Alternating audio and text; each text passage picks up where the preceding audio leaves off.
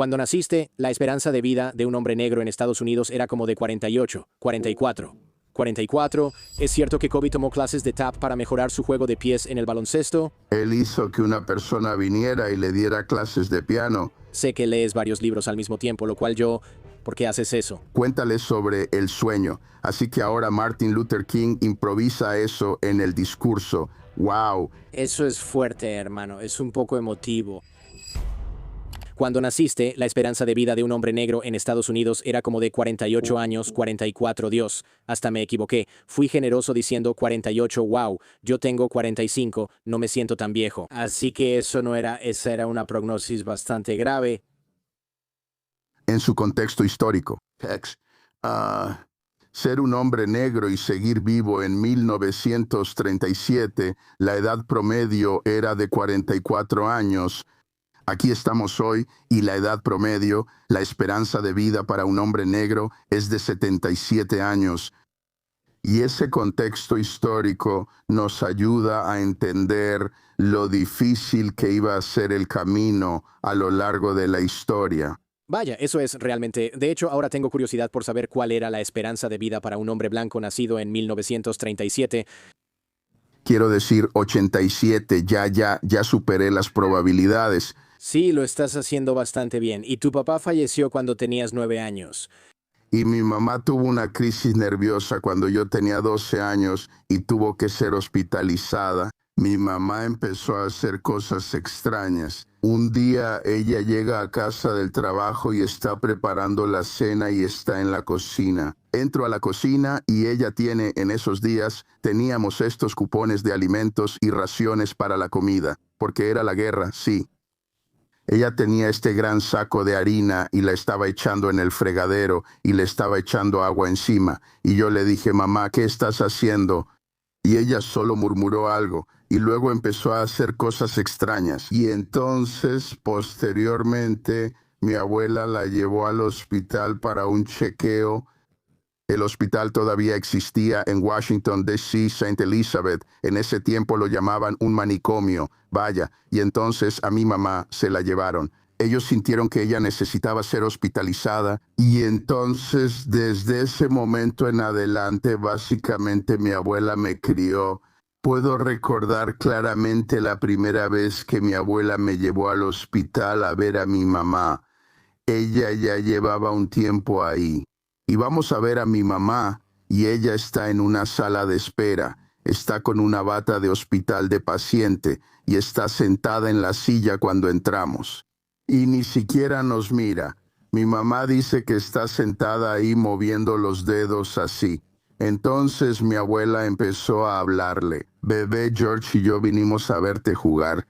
Y mi abuela básicamente continuó la conversación porque mi mamá nunca la miró, solo se quedó sentada ahí.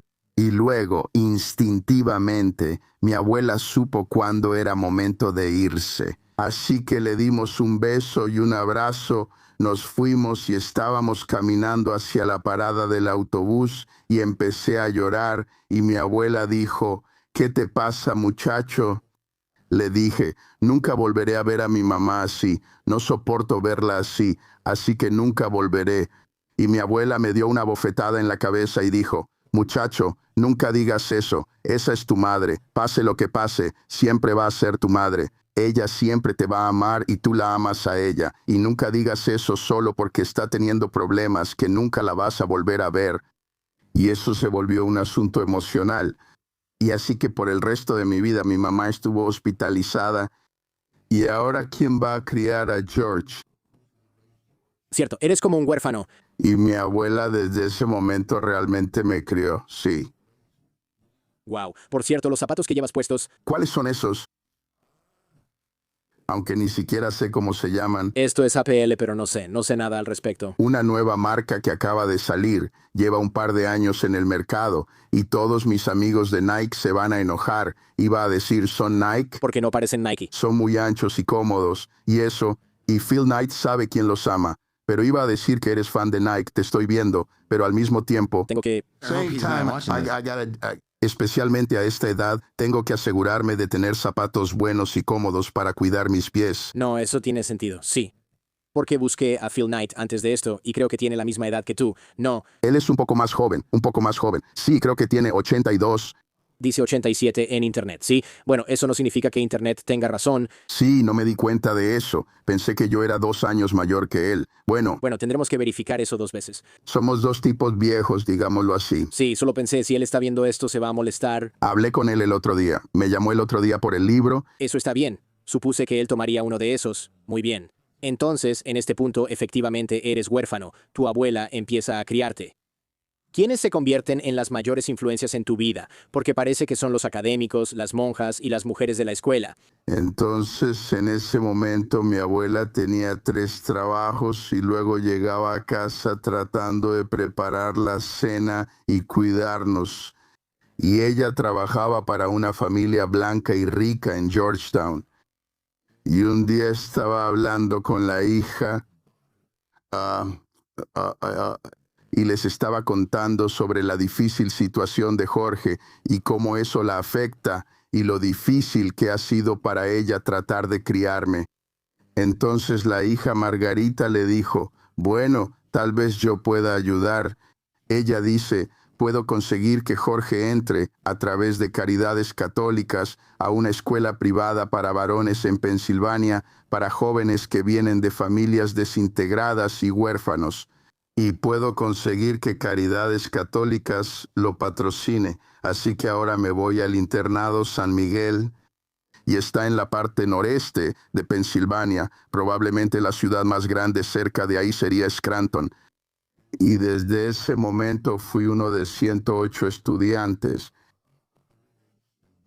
La escuela estaba en una propiedad agrícola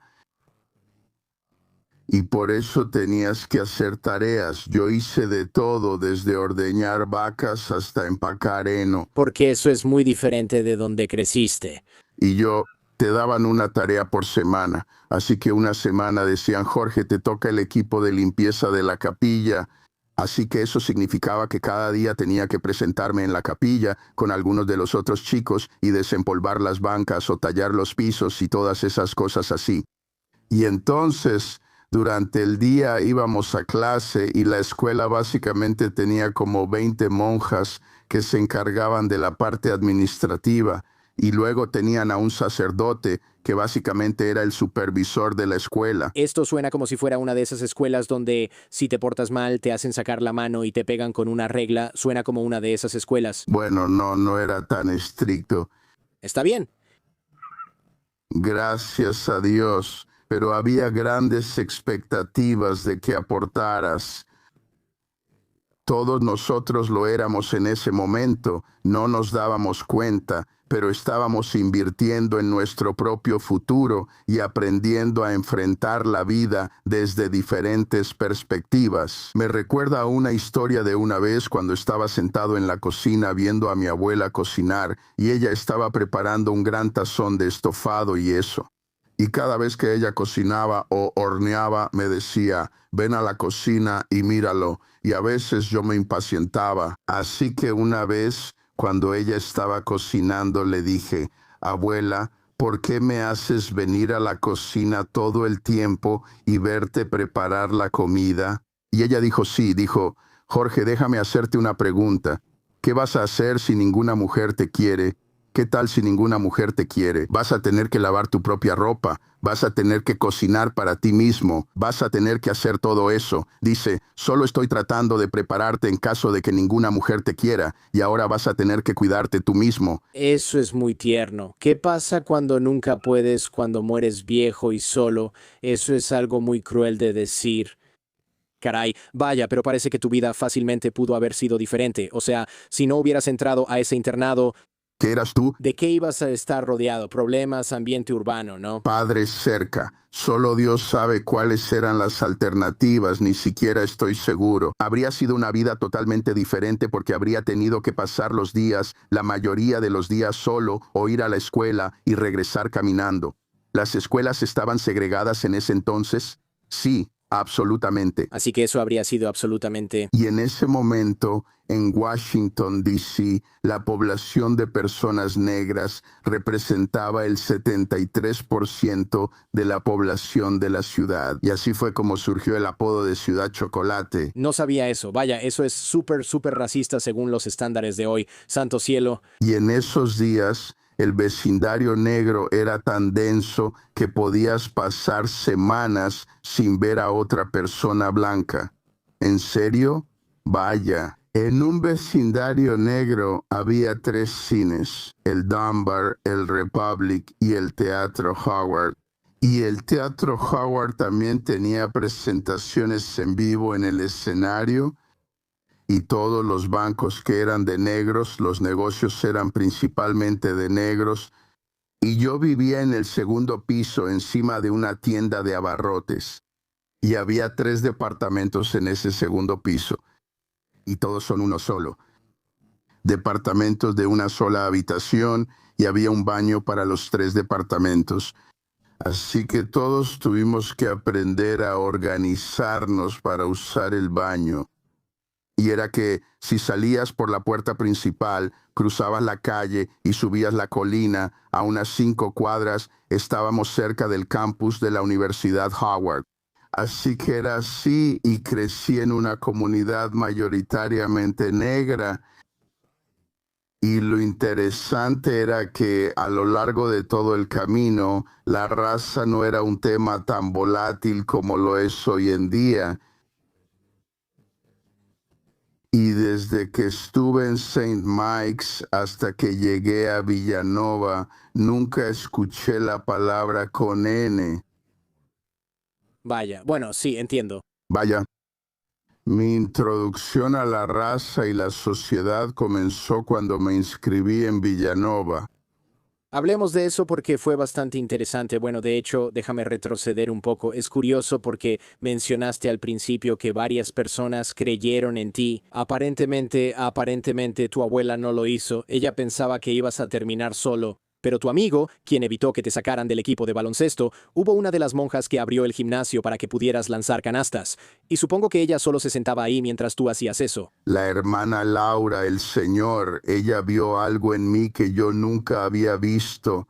Ella siempre me daba esas charlas motivacionales sobre hacer mi tarea y entregarla a tiempo. Y ella iba con algunas de las otras monjas que me daban clase y les preguntaba cómo me estaba yendo y cosas así. Y luego ella llamaba al entrenador que teníamos, Gene Belela. Él jugó para los Redskins en su época.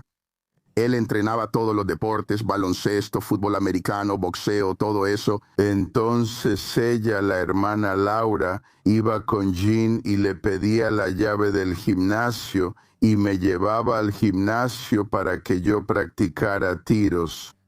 Y ella solo se sentaba ahí en una silla plegable viéndome lanzar, y en ese momento yo apenas empezaba a amar el juego cada vez más y estaba empezando a mejorar en el juego.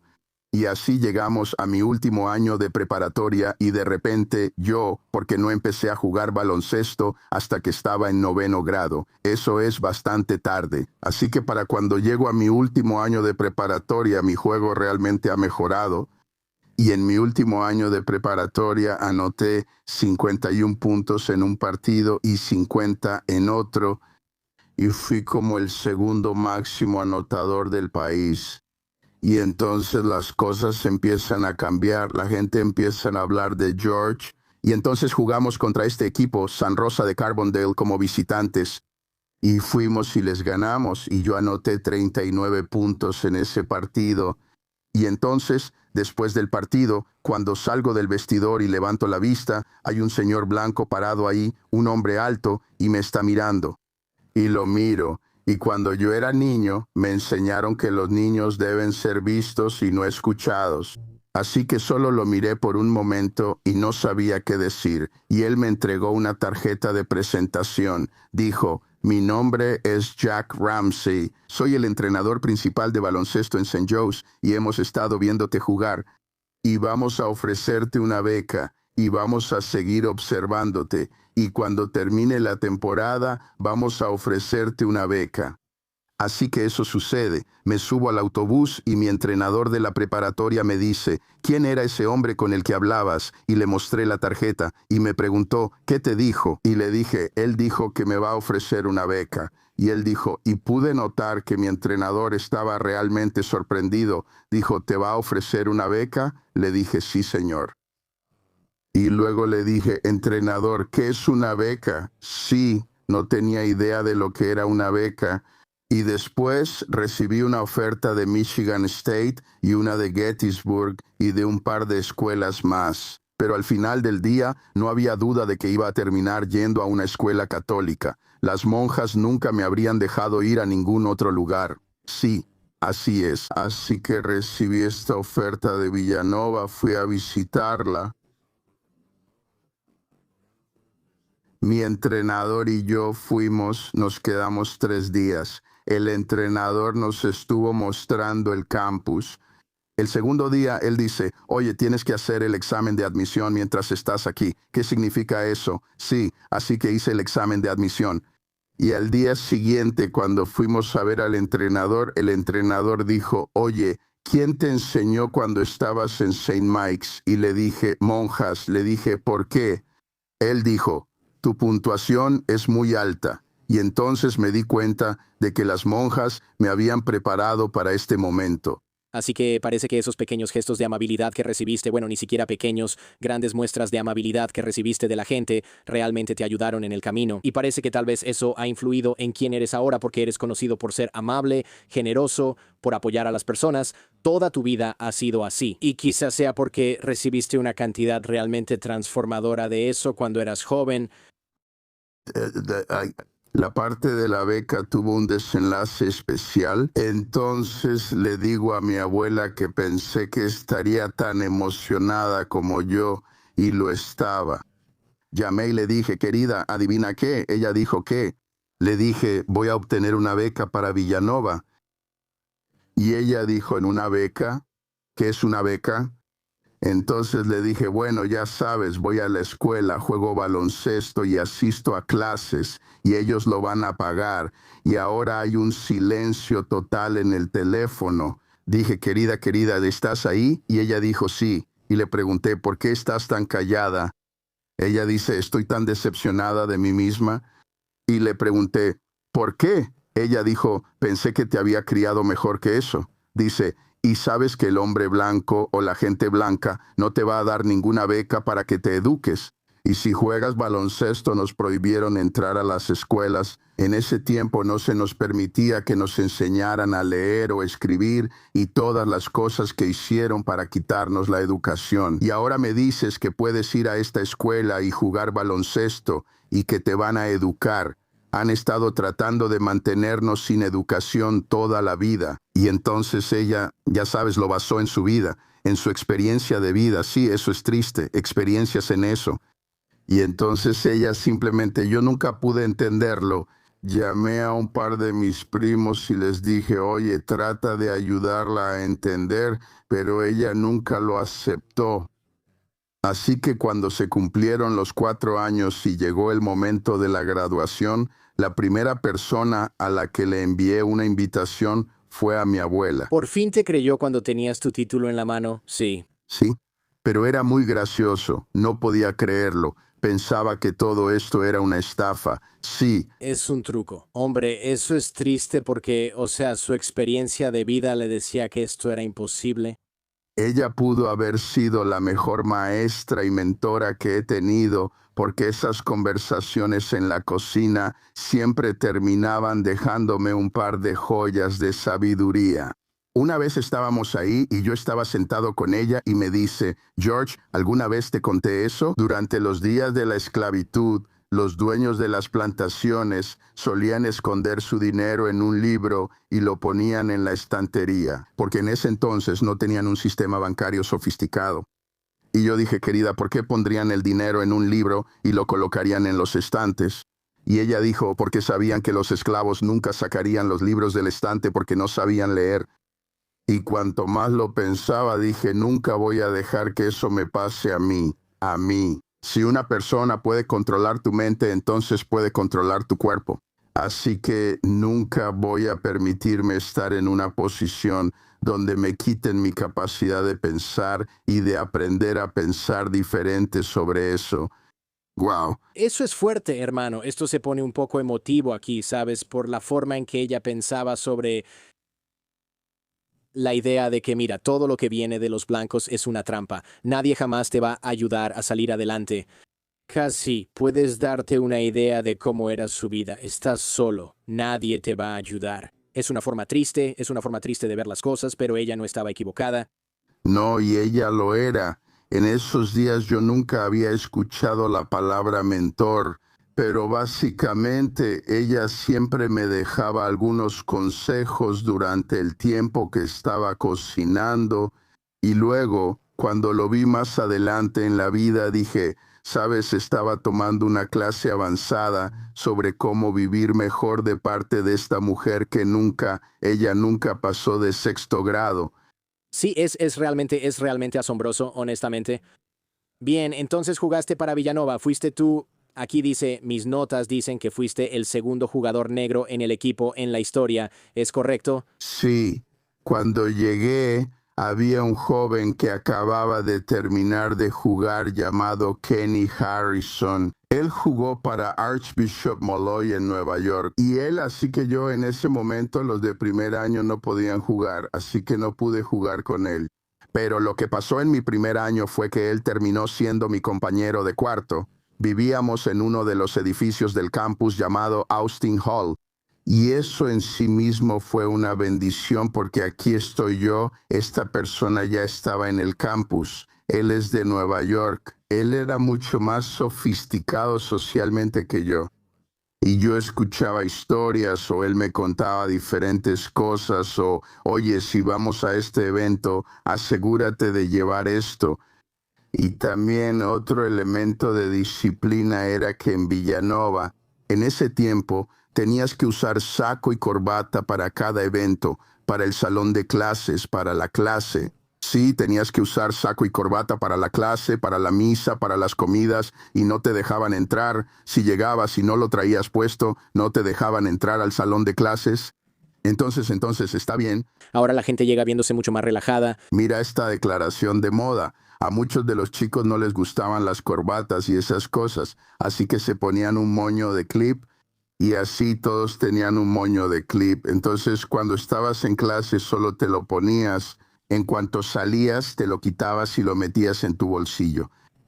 Rebeldes con sus moños de clip. Pero podías no estar en clase y la otra cosa sobre ti, solo se te permitía una falta o una ausencia. Lo llamábamos una falta. Solo podías faltar a clase una vez y si faltabas más, la calificación más alta que podías obtener era una C, sin importar si tu trabajo era de A o no. Esto no cuenta si estás enfermo. Esto es solo si no te presentaste porque no tenías ganas. No. Si estabas enfermo, eso es otra cosa y podías comprobarlo, pero tenían asistencia obligatoria a clase. Vaya. Y así puedes ver el ambiente cada vez más estricto de disciplina y control del que yo venía. Claro. Vaya. Así que eres el segundo jugador negro en el equipo. Probablemente no mucha gente iba a la universidad en ese entonces, y menos aún los afroamericanos. Yo fui la primera persona, obviamente, en mi familia en ir a la universidad, y teníamos una familia bastante grande por el otro lado de la familia. Pero quiero decir, tal vez lo hiciste. Eso es, ¿en qué año fue eso? Fui a Villanova en el 70 y me gradué en el 60, así que fui ahí en 1954 como estudiante de primer año y me gradué en 1960, wow. Y entonces, no mucha gente iba a la universidad en los años 50 y menos aún personas de color. Eso es realmente interesante. La gente te apoyaba o escuchabas mucho. De que eran muy solidarios, especialmente mi entrenador universitario. Literalmente, él como que me adoptó. Él se aseguró de que tuviera un buen trabajo en el verano para que pudiera comprar la chaqueta, los pantalones caqui y las cosas que necesitaba. Y me encontró un lugar donde vivir. Me consiguió una habitación en uno de los dormitorios del campus durante el verano y me consiguió este trabajo en una cuadrilla de construcción.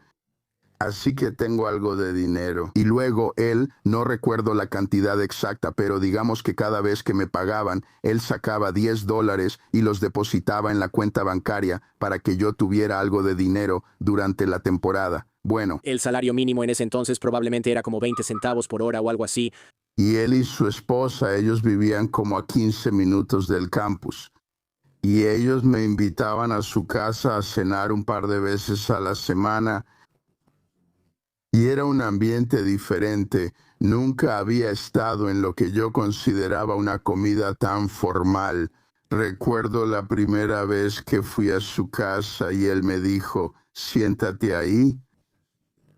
Y me siento en la mesa y miro hacia abajo. Veo todos esos cubiertos y el plato. No tengo idea de lo que va a pasar ahora, así que como que miro a mi alrededor y veo que su esposa toma un tenedor para empezar a... Pero yo nunca había estado en una situación formal así y tomar ese tenedor. El que está afuera. Ese es el tenedor para ensalada. Sí, esto es como una curva de aprendizaje para ti. Pero él siempre tenía algunas lecciones para que yo aprendiera. Y una de las cosas, como estudiante de primer año, éramos inelegibles. Yo no era inelegible en eso. Y tuve algunos juegos en los que anoté muy bien, pero siempre tuve muy buenos juegos de rebotes. Y entonces el entrenador seguía animándome. Dijo, si el próximo año, cuando subas al equipo titular, no necesitaremos que anotes puntos.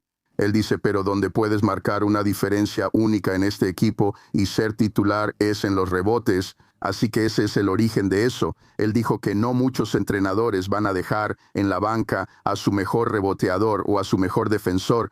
Y entonces, una vez que lo entendí, él creaba ejercicios para que yo hiciera en la práctica y eso. Y una vez jugamos contra Seton Hall y tuve 23 rebotes en ese partido. Pero parte de eso fue que yo acepté ese papel para mí mismo. Y empecé a pensar en maneras, en formas más fáciles de conseguir rebotes y así sucesivamente. Y eso me permitió quedarme en el equipo durante los 4 años, incluidos mis años tercero y cuarto. Estuvimos clasificados entre los primeros 20 durante toda la temporada. Y sabes, para la historia de Jerry West, jugamos contra Virginia Occidental allá en Morgantown.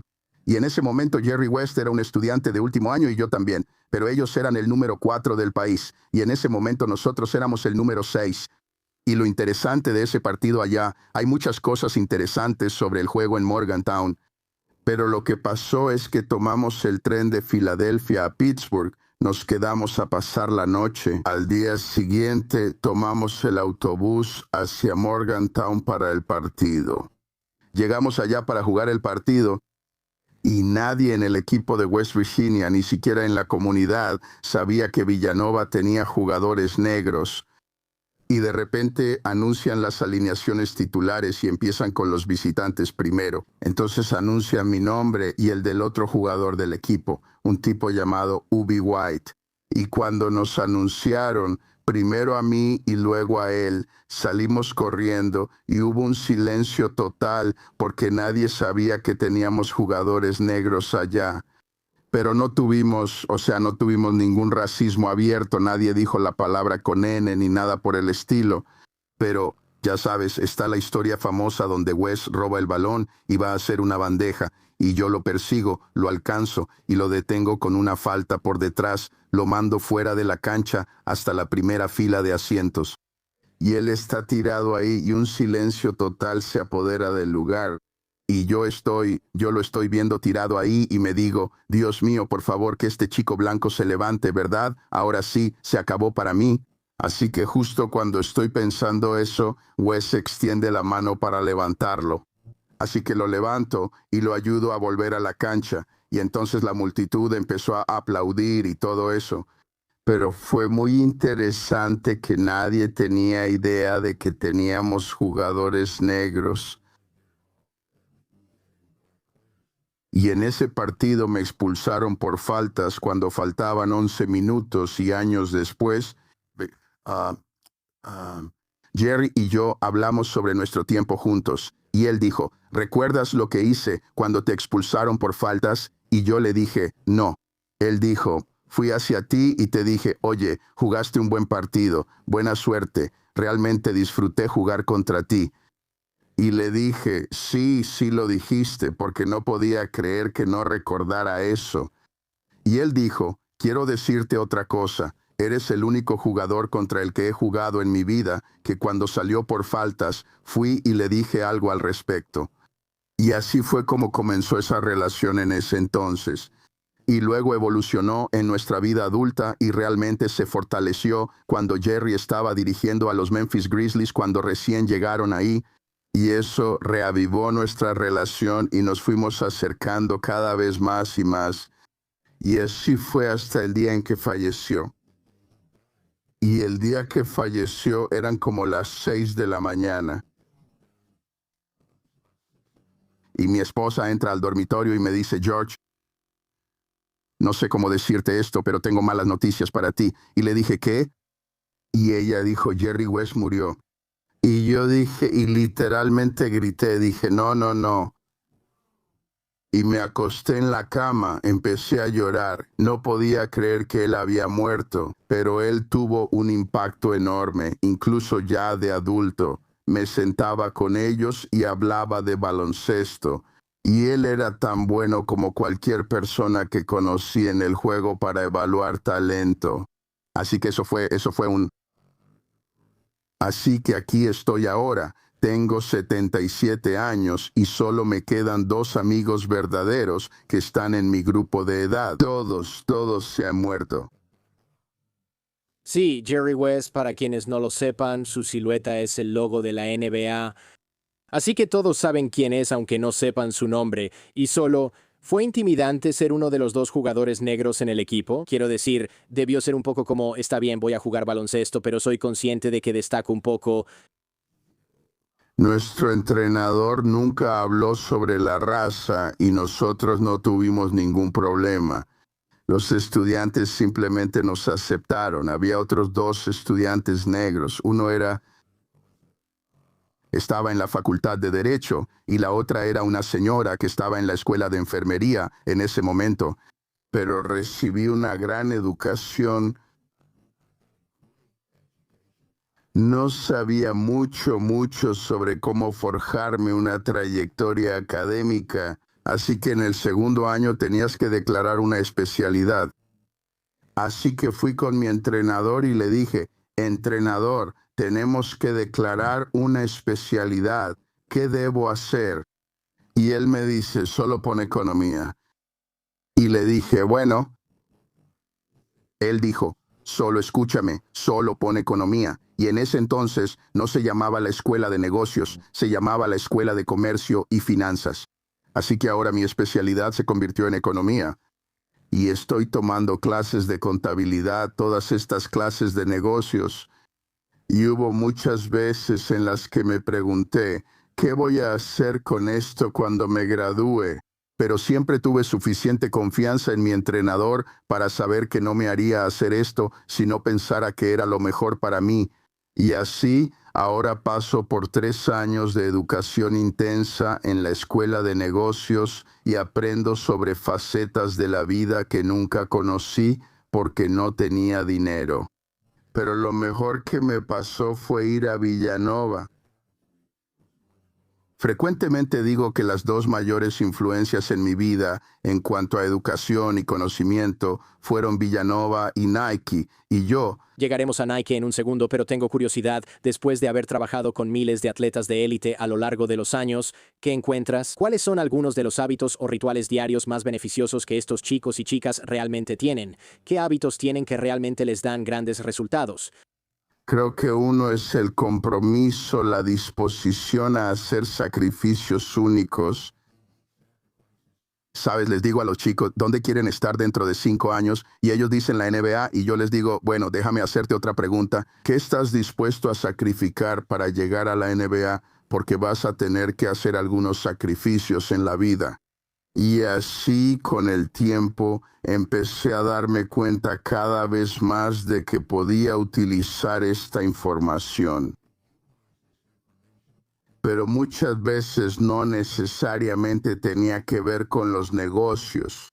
Aunque tuve suerte cuando me gradué, vivía en un departamento en la zona de Germantown en Filadelfia, y una de las personas que vivía en el edificio donde yo vivía, él era el jefe de la liga urbana.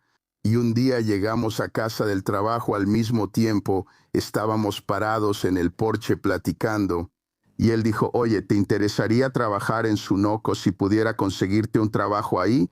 Y yo le dije, bueno, no sé mucho al respecto, ¿qué haría?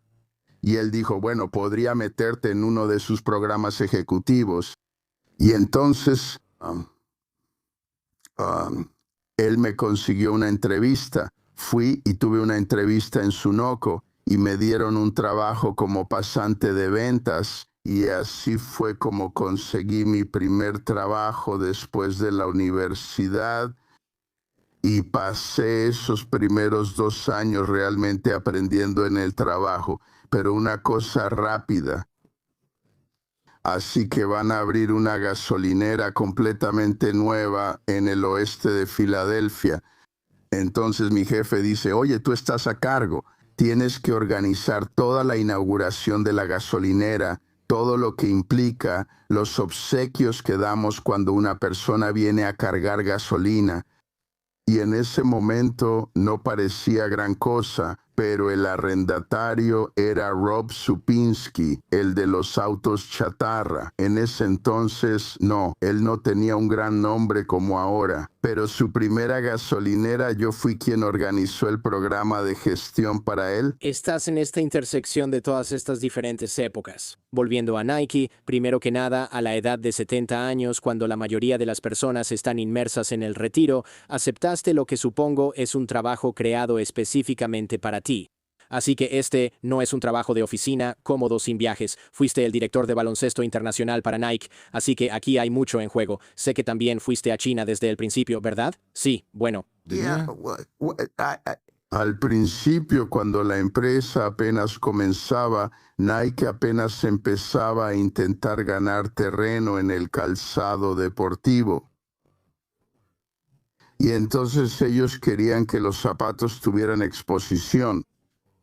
Así que nos llevaron a 11 de nosotros a Las Vegas para una reunión. Y ellos, la reunión fue, nos gustaría que ustedes los seleccionamos a propósito. Queremos que cada uno de ustedes use nuestro zapato y que su equipo use su zapato.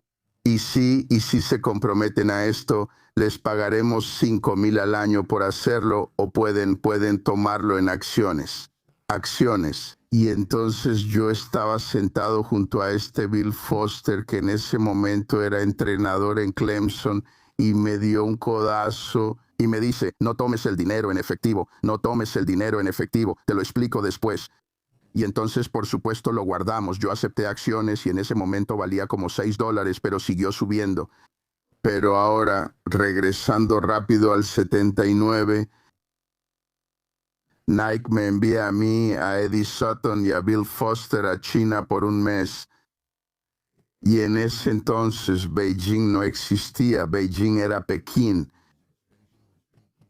En el país nadie hablaba inglés, todo era gubernamental. Los únicos vehículos que veías en la ciudad eran vehículos del gobierno. Y así lo hicimos. Nuestro trabajo era, empezamos en Shanghái y hacíamos clínicas durante una semana ahí. Luego íbamos a Cantón, terminábamos en Pekín al final. Así que una de las cosas que pasó que a Ryan le dio mucha risa cuando le conté la historia es esto. Regresamos de la clínica un día y entramos al vestíbulo y ahí está el gerente del vestíbulo y 3 tipos con camisas y corbatas. Y entonces se nos acercan y no tenemos idea de qué está pasando y luego el gerente nos presenta con el jefe, un tipo del FBI. Él solo dijo, este es Steve Johnson, es el jefe del FBI aquí. Y el tipo nos muestra su placa y todo eso. Y ahora estamos atónitos porque estamos tratando de averiguar qué hicimos mal. Entonces dijo que el gerente del hotel dijo, los vamos a mover de ese piso, 2 pisos abajo. porque Jimmy Carter viene mañana y no podemos tener gente en los cuartos arriba de él, ni abajo de él, ni en ese piso. Así que dijeron, les vamos a dar mejores habitaciones de las que tienen, pero tienen que mudarse. ¡Wow! Así que esto fue antes de que Carter fuera a China, sí. Y luego, esa gira estuvo muy bien. Mira, el baloncesto hasta el día de hoy es el deporte número 1 en China. Definitivamente. En aquellos tiempos, cuando los misioneros fueron a China y trabajaron con las tropas del ejército, ellos llevaron el baloncesto y les enseñaron a usarlo como una forma de ocio y eso. Así que, de todos modos, ahora avanzamos en el tiempo y ahora estamos en Pekín. Y este es un ambiente como ninguno que hayamos visto antes. Todo estaba tan militarizado. Todas las mujeres tenían que usar una blusa blanca y pantalones verde oliva, y los hombres usaban esos pequeños gorros que nosotros llamamos gorros Nehru, con una estrella en ellos. Así que un día decidimos que íbamos a ir a la plaza de Tiananmen solo para hacer turismo, y la esposa de Bill tenía una de esas cámaras Polaroid en ese entonces. Así que nuestro guía turístico nos lleva a la plaza de Tiananmen. Y yo nunca había visto un lugar tan grande. Había gente por todos lados y así sucesivamente. Entonces la esposa de Bill empieza a tomar algunas fotos y mientras estamos pasando por este proceso, noté que la multitud está creciendo. Al principio solo eran 2 o 3 personas mirándonos. Y en 10 minutos ya había como 25 personas paradas ahí mirándonos. Nunca han visto a una persona negra antes, entonces... Entonces, esto es lo que pasó.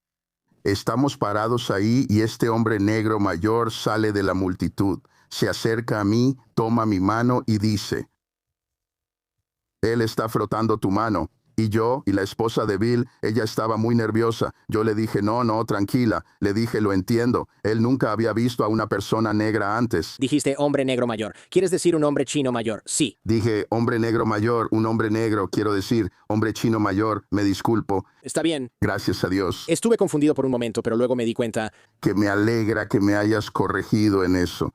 Entonces este anciano chino da un paso al frente y lo frota y... La esposa de Bill se está volviendo loca. Le dije, no, tranquila, es solo que nunca ha visto a una persona negra antes. Y hasta el día de hoy todavía creo que hay muchos lugares en el mundo donde la gente nunca ha visto a una persona negra antes. Seguro, definitivamente. Sí, si fueras a Corea del Norte, definitivamente te toparías con algunas personas que solo se quedarían ahí sentadas mirándote confundidas. Estoy seguro de que eso le pasó a Rodman cuando fue allá, así es. Sí, estoy seguro de que sí, de hecho, sí, es un buen punto. Eres el entrenador de Michael Jordan antes de que tuviera un contrato de patrocinio de calzado. Cuéntame un poco sobre eso porque sé que al principio él quería firmar con Adidas. En realidad, nunca fui lo que yo llamaría su entrenador. Era más bien un aliado y un amigo. Ese verano, como el equipo estuvo junto tanto tiempo, Miguel, Patrick Ewing, Bernd Fleming y yo éramos inseparables. Íbamos a los centros comerciales, al cine, salíamos todo el tiempo. Y así fue. Desde que fuimos al campo de entrenamiento en junio, adelantando hasta el juego por la medalla de oro, estuve cerca de Miguel todos los días. Y nuestra relación simplemente siguió creciendo y creciendo.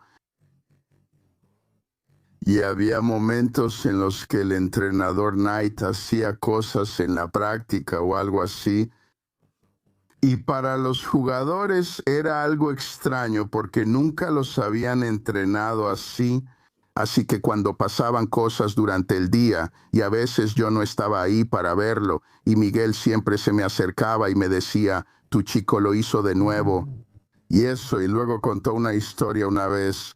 Dijo que Roberto le dijo, Miguel, antes de que esto termine, te voy a llamar la atención en un partido o en la práctica y te voy a gritar groserías.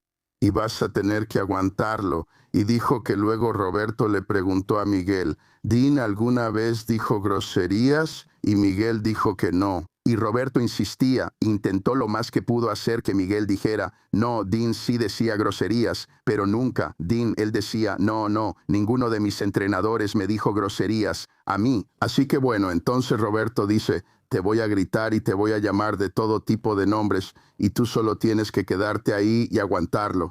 Y Miguel dijo, ¿por qué tengo que quedarme ahí y aguantarlo? Él dice, porque los demás jugadores van a decir, carajo, si le dijo eso a Miguel Jordán, ¿qué me diría a mí? Y eso, pero era una relación interesante.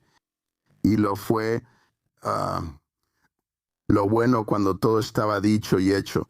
Y años después, si alguien le preguntaba a Bob Knight quién fue el mejor jugador que entrenó, sin excepción, él decía Michael Jordan. Claro, Sí, ¿cómo lograste que firmara con Nike en vez de Adidas? realmente no logré que él firmara con Nike. Hay muchas historias diferentes sobre cómo sucedió esto. Y depende de quién cuente la historia. ¿Es Sonny?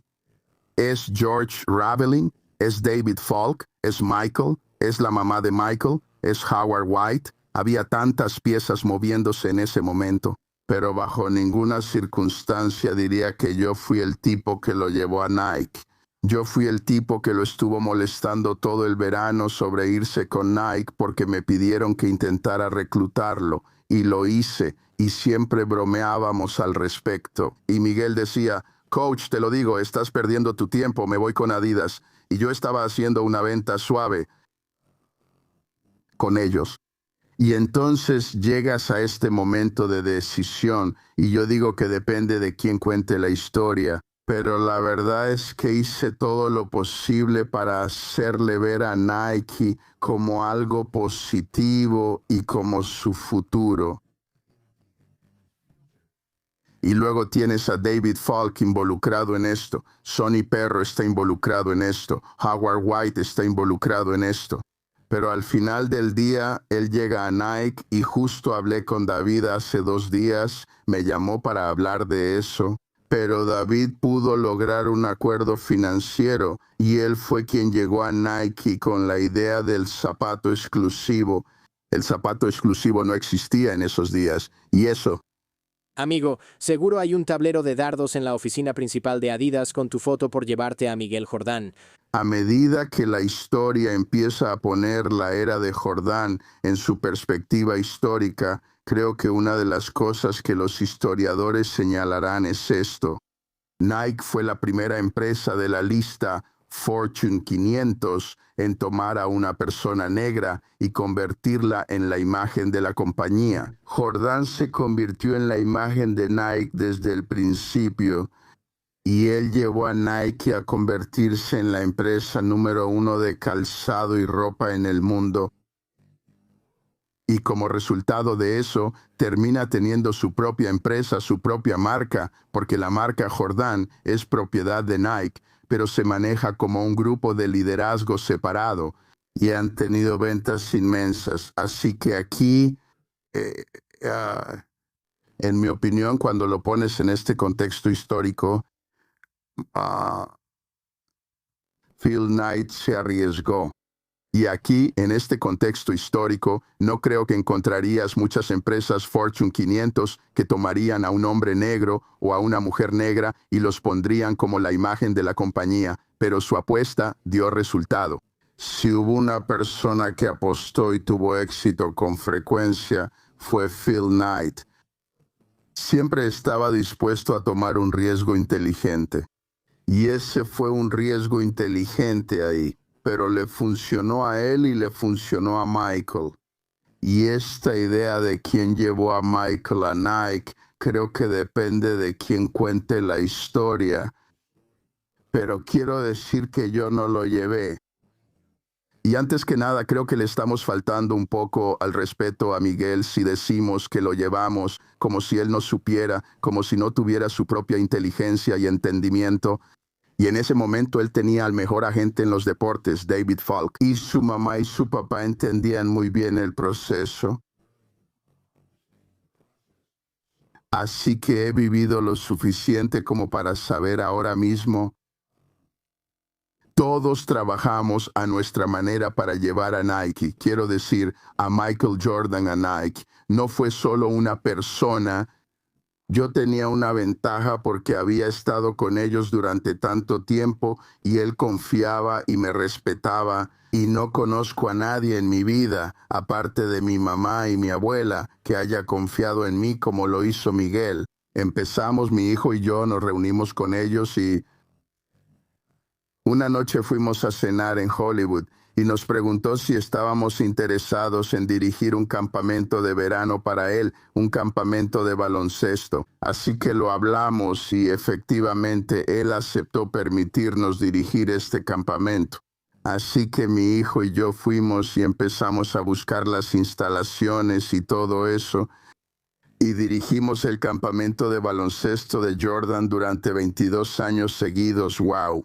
Y teníamos este elaborado plan para Miguel de que haría un año más, que sería el 23 correcto. Sí, pero no pudimos lograrlo. Pero durante esos 22 años el campamento simplemente despegó. Teníamos jugadores de todo el mundo. Y Miguel hizo un gran trabajo estando ahí participando. Pero no creo que ni en nuestros sueños más locos mi hijo y yo alguna vez creímos que haríamos el campamento durante 22 años seguidos y luego hicimos un campamento para adultos, donde los adultos era un campamento de fantasía para adultos. Hicimos eso durante 12 años en Las Vegas. Así que tuve muchas experiencias diferentes con Miguel, algunas desde el punto de vista laboral, pero al final del día, y cuando lo recuerdo, a veces me siento intimidado porque Miguel confiaba tanto en mí. Él nunca preguntaba cuánto dinero ni nada por el estilo. Al final del día tomábamos las ganancias totales. Él recibía el 60% y Marcos y yo recibíamos el 40%. Y yo llamaba al contador para que hiciera toda la contabilidad, tuviera los recibos, todo. Así que al final del año, cuando teníamos todo este trabajo contable hecho y los ingresos y egresos y las ganancias y todo, yo preparaba un cheque por el 60% de las ganancias que iban para Michael, todo el trabajo contable, y se los enviaba a la persona que manejaba sus negocios, y luego ella se encargaba de eso. Y estoy seguro de que ella se reunía con Michael para revisarlos. Sí, eso tiene sentido, solo para generar esa confianza. Sí. Bien, una pequeña pausa. Te voy a contar algo que en realidad hará tu vida un poco más fácil. Regularmente tomo dosis de Ketone IQ más cafeína de HOVMN. Son 5 gramos de cetonas y 100 miligramos de cafeína de té verde. Así que sin azúcar, sin bajón, solo energía limpia y enfocada. Ahora, las cetonas son moléculas que tu cuerpo produce naturalmente durante el ayuno, el ejercicio intenso o una dieta baja en carbohidratos y alta en grasas, o sea, cetosis. Y cuando la glucosa, los carbohidratos, no están fácilmente disponibles, tu hígado descompone la grasa en cetonas, que luego se convierten en una fuente alternativa de energía para tu cerebro y tus músculos. Y a nuestro cuerpo le gusta usar las cetonas porque son un combustible de alta eficiencia, especialmente para el cerebro y los músculos. Ketone IQ de HOVMN se salta todo ese proceso y te da cetonas puras y bebibles. Así obtienes los beneficios de la energía de las cetonas sin tener que ayunar durante días o hacer una dieta cetogénica estricta. Yo lo tomo antes de ir al gimnasio. Me da esa energía constante y enfocada sin hacerme sentir como si estuviera vibrando un poco, y también lo tomo antes de tener que hacer un show. Es lo mismo, me siento concentrado, con la misma energía estable, y no soy solo yo, el equipo Visma-Lease Bike, literalmente el mejor equipo profesional de ciclismo del mundo, ellos usan Ketone IQ para rendir en sus carreras. Estos tipos ganaron el Tour de Francia 2 veces, dominaron las 3 grandes vueltas el año pasado, son olímpicos, campeones de Ironman, todos ellos usan esto porque funciona. Así que si quieres probarlo, ve a ketone.com/ketone.com Jordan. Obtendrás un 30% de descuento en tu primer pedido de suscripción y un paquete de 6 Ketone IQ gratis. Son estas cositas de aquí. Obtén energía que realmente funciona, ketone.com/ketone.com Jordan. Los enlaces están en la descripción. Si estás pensando en iniciar un negocio o ya tienes uno y tal vez el diseño de logotipo o de marca no es lo tuyo, te va a encantar Design.com. Con Design.com, crear un logotipo destacado es lo más fácil que hay. Solo tienes que ingresar el nombre de tu negocio y tu industria y en segundos vas a obtener miles de logotipos personalizados para elegir. Cada diseño está hecho a mano por los mejores diseñadores y es exclusivo de Design.com. Así que obtienes algo único. Una vez que encuentres un diseño que te guste, puedes personalizar las fuentes, los colores y los formatos para hacerlo tuyo. Luego descargas todos esos archivos y ya estás listo. Y Design.com no se detiene solo en logotipos. Tienen herramientas para ayudarte a crear todos tus materiales de marca, desde el sitio web hasta publicaciones en redes sociales y tarjetas de presentación, todo perfectamente alineado con tu marca. Si ya tienes un logotipo, puedes subirlo y obtienes acceso instantáneo a miles de plantillas de diseño que realmente combinan con la apariencia de tu marca y tu esquema de colores, así que esta herramienta te ahorra mucho tiempo. Te permite enfocarte en hacer crecer tu negocio en lugar de enredarte en los detalles de los materiales de marketing. Con una calificación de 4.8 estrellas en Trustpilot, Design.com es realmente increíble. Lo dirige un amigo mío. La empresa ha estado en el mercado por un tiempo. Realmente se preocupan por sus clientes. Pruébalo gratis en design.com/design.com Jordan. Eso es design.com/design.com Jordan. Es cierto, y esto no tiene nada que ver, pero es cierto que Kobe tomó clases de tap para mejorar su juego de pies en el básquetbol. Es difícil de imaginar, pero tiene sentido. Él era el más inusual superestrella con la que he estado. Era muy inteligente. Y él hizo que una persona viniera y le diera clases de piano. Otra vez decidió que iba a pasar los próximos 6 meses en la temporada baja trabajando en su juego de pies. Así que trajo maestros de baile para que le enseñaran cómo pivotar y moverse en espacios pequeños, cómo equilibrarse y cosas así. Luego, cuando estuvo con nosotros y tuvo que ir a China con frecuencia, ahora trae a una persona para que le enseñe mandarín. Y al principio él dijo, mira, solo necesito lo suficiente para poder decir gracias, buenos días, buenas noches y solo algunas expresiones coloquiales. Pero él tenía a alguien que venía todos los días y le enseñaba mandarín. Y cuando lo llevamos por primera vez a una de las presentaciones, él dijo, saben, me alegra estar aquí en China, pero lo dijo en chino y la gente no lo podía creer. La gente se quedó paralizada, no podían, estaban impactados. Pero él, en una de las primeras reuniones cuando estábamos haciendo esta transición con Kobe de Adidas a Nike, y en una de las primeras reuniones él nos dijo, oigan, tengo una sugerencia, denme China y LeBron puede quedarse con el resto del mundo. Y bueno, ahora que lo pienso, digo, Dios, él estaba tan adelantado a su tiempo y entendía los negocios y todo eso. Y todos en la sala como que se quedaron paralizados porque nadie estaba preparado para eso. Pero él dijo, denme China y LeBron puede quedarse con el resto del mundo, porque él sabía que las oportunidades en el futuro iban a estar ahí. Este es un país que ama el baloncesto, aunque el 90% del baloncesto en China se juega al aire libre. Y cuando lo llevamos a China la gente simplemente lo adoraba y nunca llegaba tarde a una reunión. Te voy a contar una historia graciosa. Estábamos en Hong Kong y teníamos que salir a un evento en una tienda. Así que compramos todo el último piso del península en Kowloon, que es una zona de Hong Kong. Así que Kobe tenía todo ese último piso, así que tiene que salir a este evento promocional en una tienda. Así que tenemos una reunión con él para mostrarle, decirle lo que va a pasar y todo eso. Así que ya lo tenemos todo planeado y listo. Entonces Kobe dice, está bien, vamos. Y él dijo, pero oye, escucha, cuando bajemos y salgamos del elevador, va a haber mucha gente ahí pidiendo autógrafos y fotos. Cuando salgamos del elevador, nadie se detenga, solo sigan derecho hacia la puerta y no se detengan. Así que salimos y efectivamente hay gente ahí afuera con plumas y todo. Entonces un chico corre hacia él con algo y nosotros seguimos avanzando. Y Kobe sigue ahí, tiene eso y va caminando despacio y lo firma. Entonces otro chico viene caminando despacio. Para cuando llegamos a la puerta y salimos al vehículo, terminó firmando como 6 de ellos. Y nos subimos a la camioneta. Le dije, amigo, eres increíble. Y él dijo, sabía de qué estaba hablando. Dijo, pero funcionó, ¿verdad? Sabes, le dije, bueno, no teníamos que hacer todo eso, no teníamos que parar, tomar fotos, ya sabes, todo eso. Él dijo, y ya estábamos fuera de la puerta y firmó 6. Y todo lo que hizo fue firmar 6 autógrafos. Él tenía unas habilidades de relación increíbles. Yo diría que si yo estuviera clasificando a los atletas por su habilidad para los negocios, diría que Kobe estaría en primer lugar. Michael estaría en segundo lugar. Ah, ah,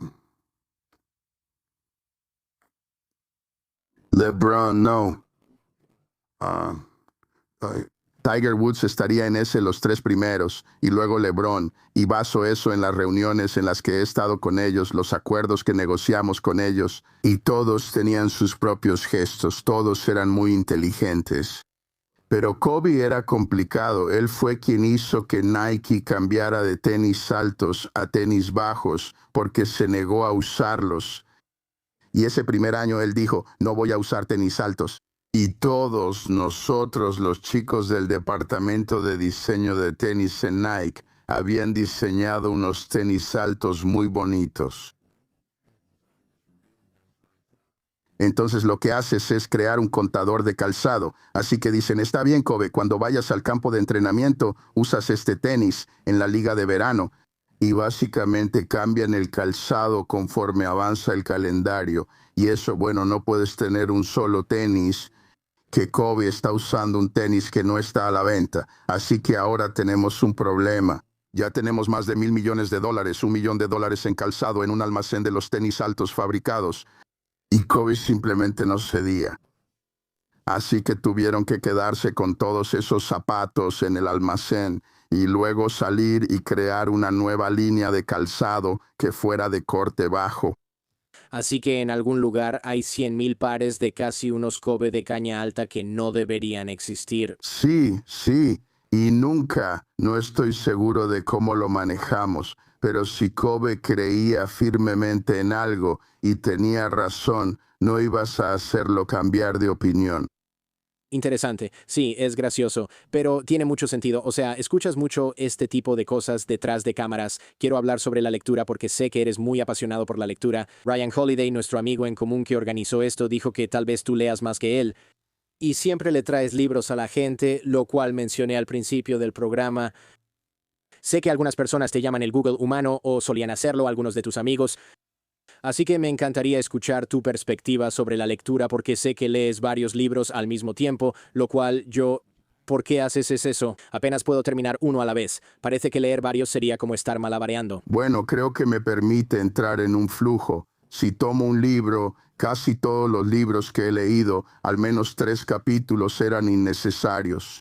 Así que cuando compro un libro y lo abro, lo primero que hago es ir a la tabla de contenido y ver los capítulos. Y luego uno de los títulos llama mi atención. Entonces regreso a ese capítulo y empiezo a leerlo. El estilo, la información.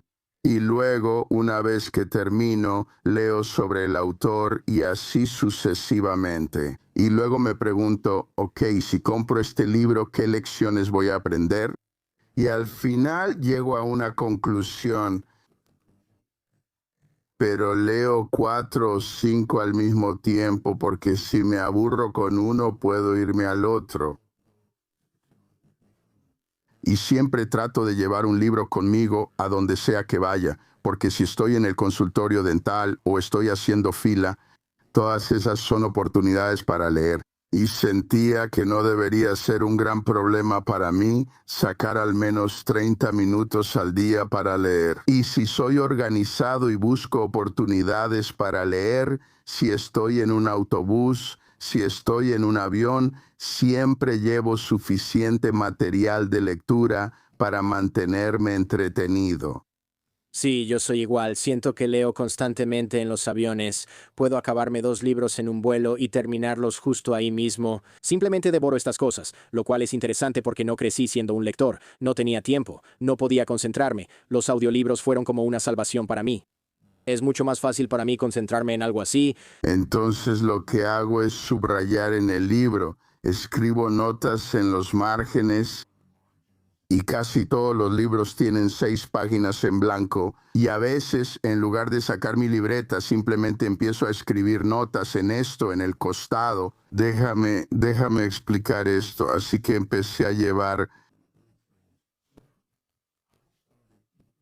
ah, no, notas de los libros que he leído y discursos y eso, así que las llamo diarios de aprendizaje. Esto es así, y tengo un diario de aprendizaje de cada año desde 1972 hasta hoy. Todavía lo tengo. ¡Wow! Y lo que hago es que empiezo a revisarlo, tomar notas y agregarle cosas.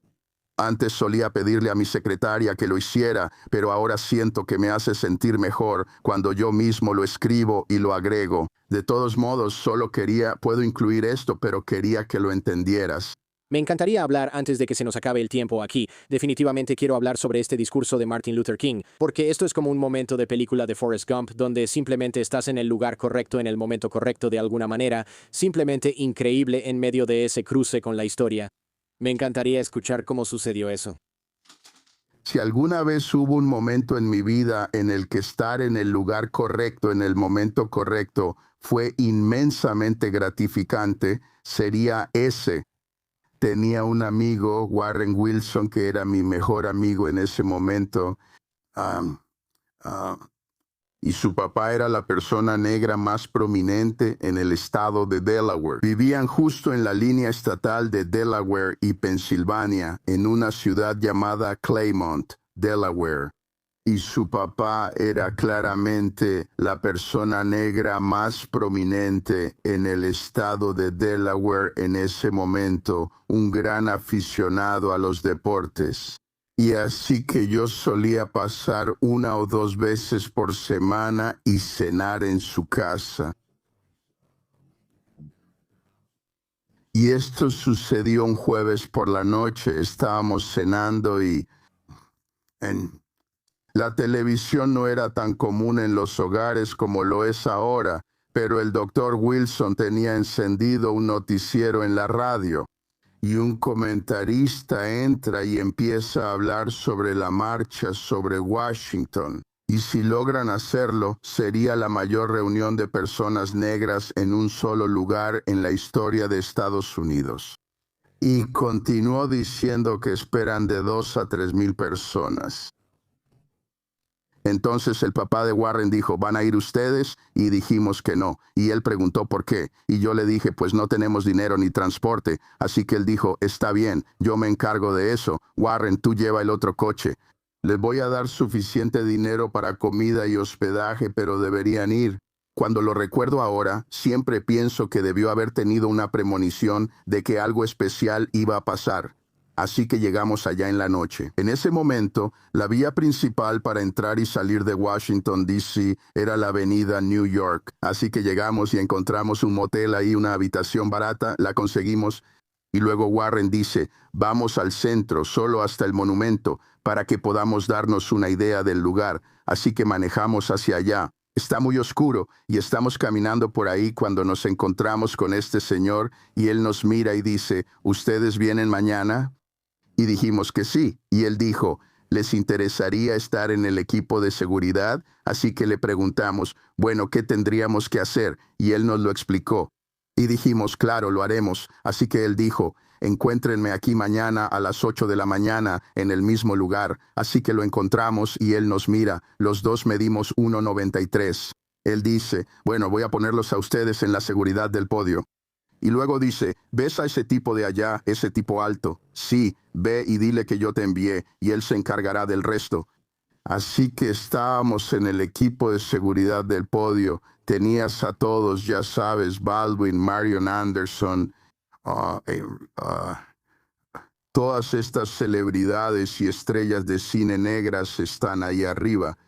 Así que el plan era que si surgía algún problema, nosotros, la seguridad, debíamos formar una especie de U alrededor de ellos y llevar a las personas a la parte trasera del monumento a Lincoln. Había 2 autobuses en la parte de atrás, en la entrada. Así que lo que haríamos sería guiarlos a todos hacia el autobús para su seguridad. En el autobús de adelante, las primeras 4 filas estaban reservadas. Si teníamos que hacerlo, King y su familia se sentarían ahí. Y así había una ruta de escape en caso de que ocurriera algo. Y entonces la clave era que cuando llegaba al último párrafo, nosotros sabíamos cuál era el último párrafo. Decían, está bien, empiecen a moverse. Así que tan pronto como terminaba, nosotros ya estábamos en posición. Así que King está leyendo el discurso preparado. Primero que nada, el discurso no tenía título. El título vino después, y la parte más importante del discurso no existía, fue improvisada. Así que King continúa y llega al último párrafo, y justo cuando está por terminar, se escucha una voz femenina que dice, cuéntale sobre el sueño, Martín, cuéntale sobre el sueño. Y la persona que había escuchado el sueño del Dr. King, porque era una gran defensora de él, era Mahalia Jackson. Así que la voz es de Mahalia Jackson, y ella está diciendo, cuéntale sobre el sueño, Martín. Cuéntale sobre el sueño, porque ella había escuchado esa parte y en otros lugares cuando trabajaba con él. Y Harry Belafonte y Mahalia Jackson básicamente financiaron todo ese movimiento. Hubo una vez en que Martin llamó a Mahalia y le dijo, tengo malas noticias para ti. Y ella respondió, ¿qué pasa, Martin? Él dijo, no tenemos dinero para seguir adelante. Nos vamos a quedar sin dinero en una semana y vamos a tener que cerrar. Y ella dijo, no lo hagas, no lo hagas. Dijo, déjame pensar. Y luego ella sale y programa 10 conciertos en todo Estados Unidos, los lleva a cabo y le da todo el dinero al Dr. King. Así que ahora avanzas hasta esto. Cuéntale sobre el sueño. Así que ahora Martin Luther King improvisa eso en el discurso, pero en realidad no se suponía que estuviera ahí. Entonces, un par de cosas. Al final, King empieza a doblar el discurso. ¿Por qué? No lo sé, pero gracias a Dios por hacerme o permitirme hacer esto. Le acabo de decir, y de hecho en el documental de CBS se puede ver. Así que justo cuando lo está doblando y girando, le dije, Dr. King, ¿puedo tener esa copia? ¿Por qué dije eso? No tengo idea. Y me la entregó.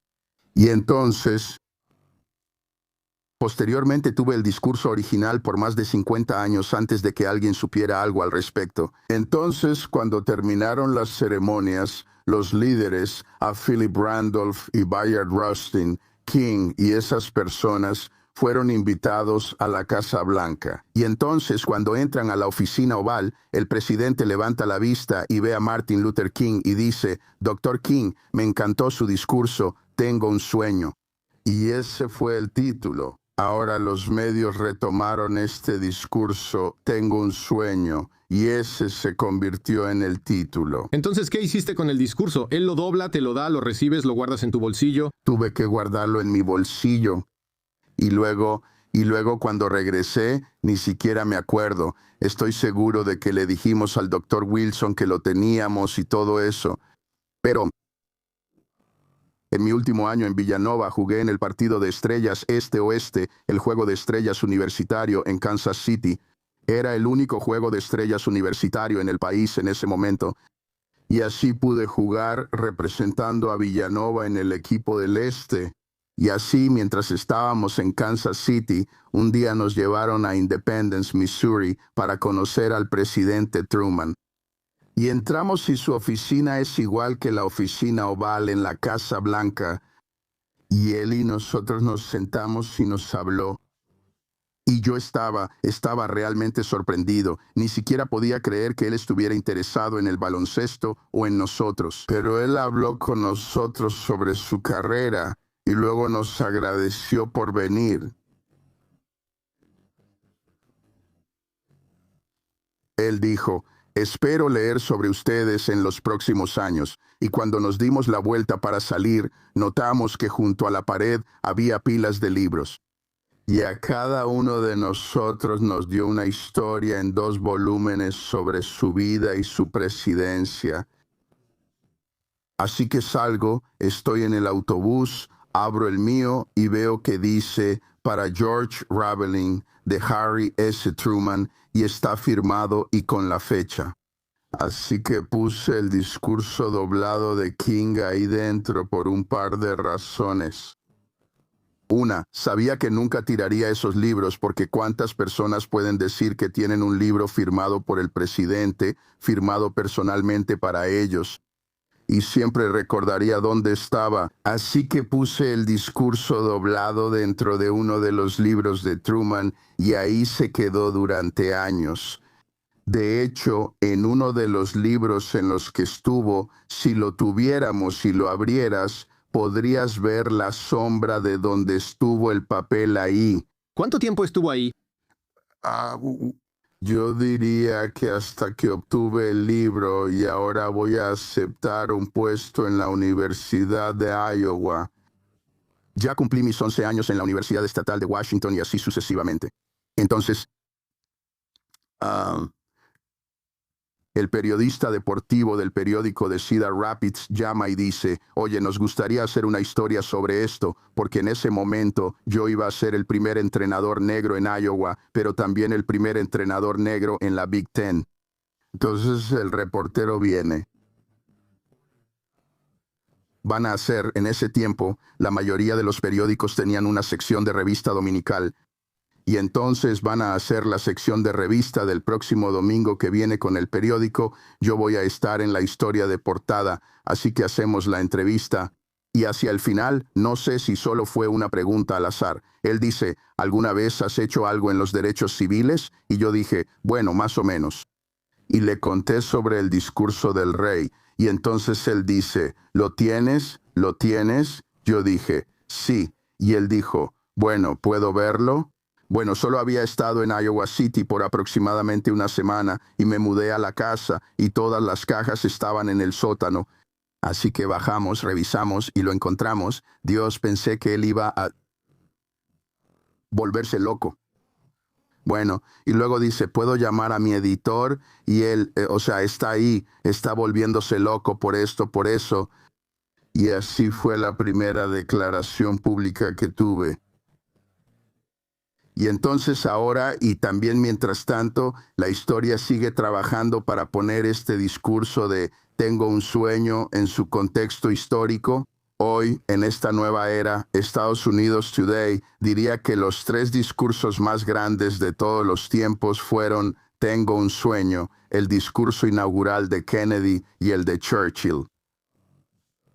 El discurso a los británicos cuando se estaban preparando para ir a la guerra. Así que tomó mucho tiempo para que ese discurso encontrara su lugar histórico. Y entonces es solo... En un libro todo este tiempo, sí. Y va acumulando valor mientras más tiempo pasa contigo. Me sorprende que los coleccionistas no intentaran comprártelo. La gente intentó comprártelo. Tuve el libro durante unos 20 años antes de que la gente se diera cuenta de que lo tenía. Y una vez que se hizo de conocimiento público, hubo un mayor interés en verlo y todo eso. Entonces, ¿alguien intentó comprarte el discurso que tuviste guardado en ese libro por tanto tiempo? Seguramente alguien dijo, te doy $1 millón por esto. Mientras más tiempo tenía el discurso, más pensaba en él en términos futuristas. Y yo había dicho públicamente que si muero, mi hijo lo heredará.